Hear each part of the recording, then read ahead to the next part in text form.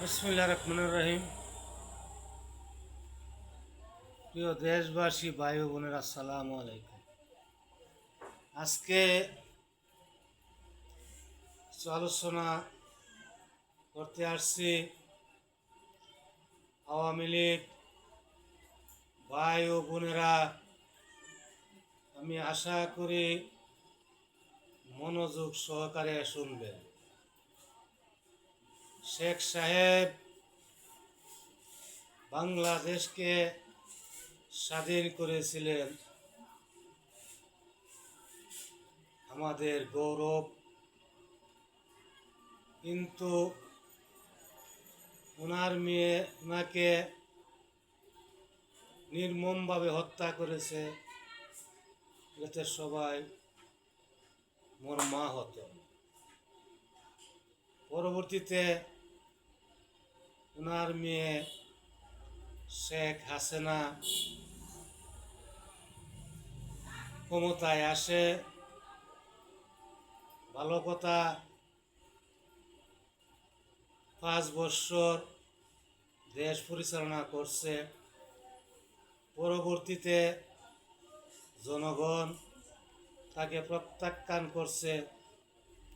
পরের নির্বাচনে আবার দেশের শাসনভার গ্রহণ করছে, ভালো কথা। কিন্তু গ্রহণ করার পর দেশের যে খুন, রাহাজারি, লুট, এমন কোনো অপরাধ নাই উনি ওনার দল নেয়া করে নাই। তারপর ছাত্র জনতার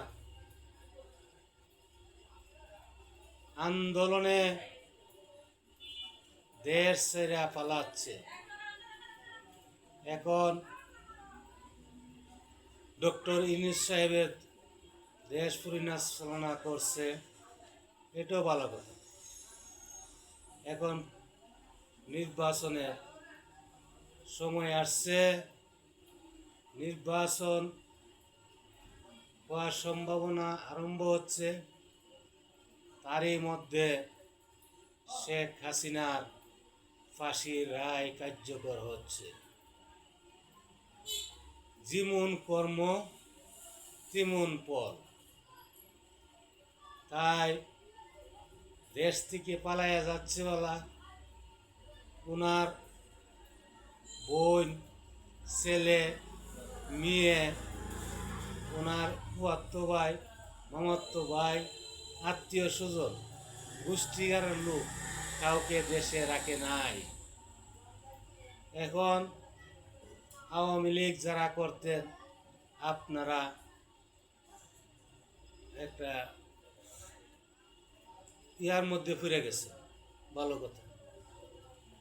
যে লুটতরাজ হচ্ছে, আপনারা বুকে আড্ডা বলেন 15 বৎসরে অন্যায়ের প্রতিবাদ জনগণ দিতে যাচ্ছে। এখন আপনারা ধৈর্য ধরুন। 15 বছর যে অন্যায় করছে, এই অন্যায় মাসুল দেওয়ার জন্য আপনারা অন্তত পক্ষে 2-4 বছর ধৈর্য ধরুন। আগামী নির্বাচনে সরকার গঠন করার পরে দেখবেন এই বাংলাদেশের জনগণ আবার এই সরকারের বিরোধিতা করা আরম্ভ করবে। তখন আপনারা আবার রাজনীতিতে যান। আমি মনে করি দেশের মঙ্গল হবে, আপনাদের মঙ্গল হবে। আর আপনারা এখন উচ্চবাচ্য সন্ত্রাস এগুলি নিয়ে মাথা ছাড়া দিয়ে উঠবেন না। উঠলে আমরা জেল কেটেছি, দুঃখজনক হলো সত্য। বিস্ফোরক চিনি নাই, পুলিশকে মারি নাই, বিভিন্ন মামলা দিয়া জেল কেটে আসছি, কিন্তু আমরা তার প্রতিবাদ নিতে চাই নাই। আর যদি বাড়াবাড়ি করেন তাহলে প্রত্যেক জেলা কমিটি, থানা কমিটি, ইউনিয়ন কমিটিকে আইনের আশ্রয় নিয়ে শেখ হাসিনার যেমন বিচার হচ্ছে, ওই বিচারের জন্য আমরা সরকারের কাছে এবং আমরা যত বিরোধী দল আছে, বিএনপি, জামাত, হেফাজত, ইসলামী আন্দোলন বাংলাদেশ, এনসিপি, গণফোরাম, বিপিনুরের দল, আরও ছোটোখাটো যে দলগুলো আছে তাদেরকে অনুরোধ করব, আসুন আমরা একসঙ্গে কর্মসূচি দিয়ে আওয়ামী লীগকে 50 বছরের জন্য লকডাউন দেওয়া হবে, 50 বছরের জন্য লকডাউন দেওয়া হবে, 50 বছরের লকডাউন দেওয়া হবে। আল্লাহ হাফিজ।